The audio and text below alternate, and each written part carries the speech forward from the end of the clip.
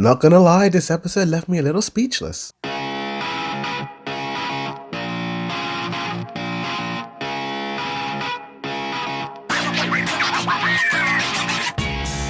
Yo, what's good? It's a Board Reviews and heavy spoilers for Chainsaw Man episode 8, you've been warned. Yeah, this episode was pretty shocking and unexpected, but let's go from the top and start from the beginning. We start off with a full sequence of Himio bringing in Denji to her apartment, and this scene did not have to be so beautifully animated, but it was. I do admit it was a little bit slow, and you didn't have to reanimate this sequence. It was already pretty damn good in the previous episode, but they made it better, which I appreciate. Himio tells Denji if he and her want to do the deed together, and Denji is feeling a little bit conflicted. He does want to deal with Makima, but he's super excited to deal with Himio. And just when Dirty Denji is about to do the dirty deed, he has a flashback of the night of when Himio threw up in his mouth, and he talks to Makima feeling really depressed about the whole first kiss situation, yet Makima once again knows the right words to say to Denji at the right time. She gives him a lollipop and tells Denji that he's going to experience a whole lot of things in the future, and he will forget about the puking incident. I must admit, I really did like Makima here. Like, I felt so bad for Denji last episode, and this was definitely one of Makima's best moments, in my opinion, so far in the show. And he doesn't do the deed with Himio. It cuts to the breakfast scene in the morning where Himio admits that she's in love with Aki and wants Denji to hook him and her up together in exchange for trying to hook Makima up with Denji, and the two of them become close friends. We cut to another really nicely animated scene. Looks like it's rotoscoped of some dude walking inside a train. He sits down next to Makima, and for the very first time we get a small insight into Makima's mind. She admits hating meeting with the Kyoto bidwigs as they are so intimidating. I'm guessing those are the men in that boardroom in episode 2 or 3, and she seems really annoyed by them, and we've never seen Makima annoyed. We finally get a little bit of personality into this mysterious Makima lady,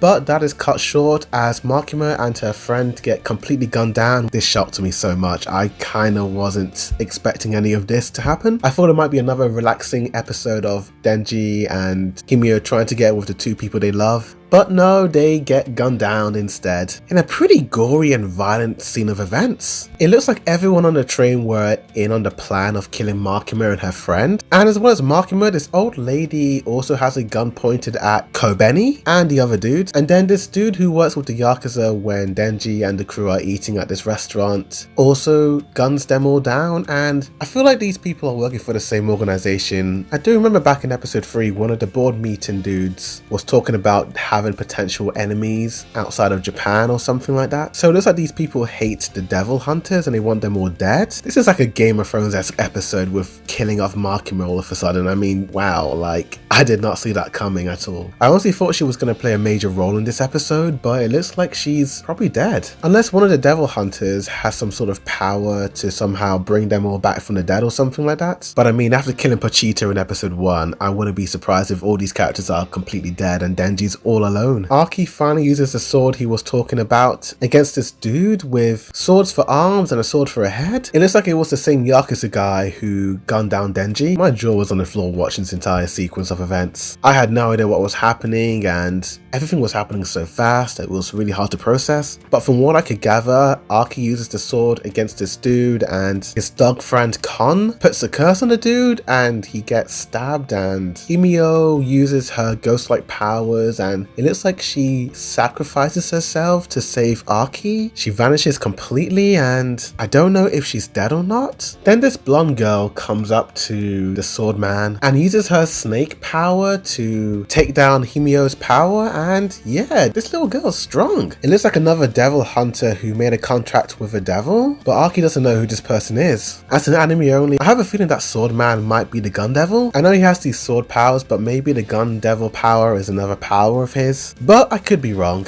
He's also the grandchild of what appears to be the man who was in charge of Denji back in episode 1. The dude who was pretty much after Denji's money because his dad committed suicide. I'm guessing this guy shot Denji out of revenge. But yeah, my head's still spinning after this episode. It was, oh boy, what an unexpected disaster. Possibly one of the best looking episodes of Chainsaw Man so far. For shock value, I'll give it a 9 out of 10 and an A+.